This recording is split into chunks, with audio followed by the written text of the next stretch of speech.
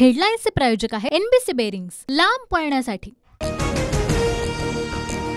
निवडणुकीच्या तिसऱ्या टप्प्यातील प्रचाराच्या तोफा आज थंडावणार।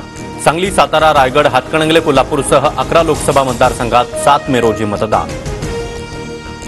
आज शरद पवारांच्या 3 तर अजित पवारांच्या 5 सभा। यंदा मिशन बंगल्या समोरील मैदानावर दादांची सभा।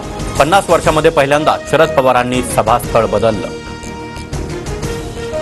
उद्धव ठाकरेंच्या आज अलिबाग आणि नवी मुंबईत सभा। अनंत गीते यांच्यासाठी अलिबागमध्ये दुपारी 2 वाजता तर नवी मुंबईत 6 वाजता सभेचं आयोजन। कोल्हापुरातील महायुतीचे उमेदवार संजय मंडलिकांचं कोल्हापुरात शक्ती प्रदर्शन। एकनाथ शिंदे यांच्या उपस्थितीमध्ये बाईक रॅली। निवडणुकीमध्ये बारामती मतदारसंघात 200 कोटी वाटण्यात येत असल्याचं समजलं, पण कितीही पैसे वाटले तरी जनता शरद पवारांसोबत, रोहित पवारांचा दावा। राज ठाकरे नकली अंधभक्त, राज ठाकरेंचा देव बदलू शकतो। कणकवलीतील राज ठाकरेंच्या सभेवरून संजय राऊतांचा हल्लाबोल। हेमंत करकरेंना लागलेली गोळी कसाबच्या नाही तर आरएसएस समर्थक पोलीस अधिकाऱ्याच्या बंदुकीतील। उज्ज्वल निकम यांनी पुरावे लपवले। एस.एन. मुश्रीफ यांच्या लिखाणाचा दाखला देत वडेट्टीवार यांचं वक्तव्य। काँग्रेसवाल्यांना कसाबच्या बदनामीची चिंता, फडणवीसांचा हल्लाबोल, तर माझ्या येण्यानं त्यांना मिरची झोंबली। उज्ज्वल निकम यांचं प्रत्युत्तर।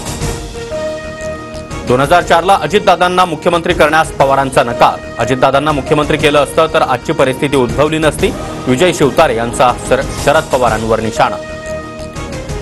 अजितदादांना कुणीही एकटं पाडलं नाही, ते स्वतःच बाहेर पडले। दादा आणि पवारांनी एकत्र येऊ नये, कार्यकर्त्यांच्या भावना।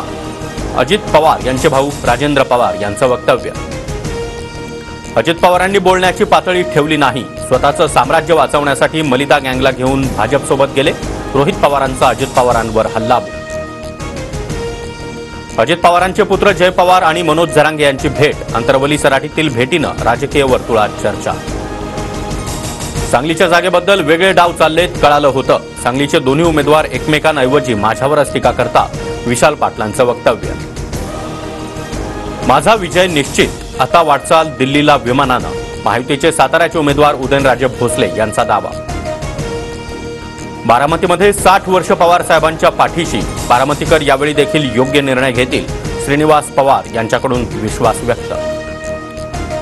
लोकनेते बाळासाहेब देसाई यांना पद्मश्री पुरस्कार मिळण्यासाठी प्रयत्न करा। शंभूराज देसाई यांची फडणवीसांकडे मागणी, तर प्रयत्न नक्की करणार। फलटणमधील सभेत फडणवीसांची ग्वाही।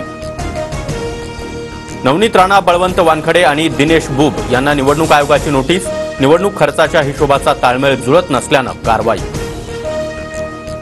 फडणवीसांविरोधात ठाकरे गट पवार गटानं कट रचला होता। पवार गटाची महिला नेता, आयपीएस अधिकारी आणि आमदाराचा कटामध्ये समावेश। भाजपचे नेते मोहित कंबोज यांचा गंभीर आरोप। हेडलाईन्सचे प्रायोजक आहे एनबीसी बेरिंग्स, लांब पळण्यासाठी।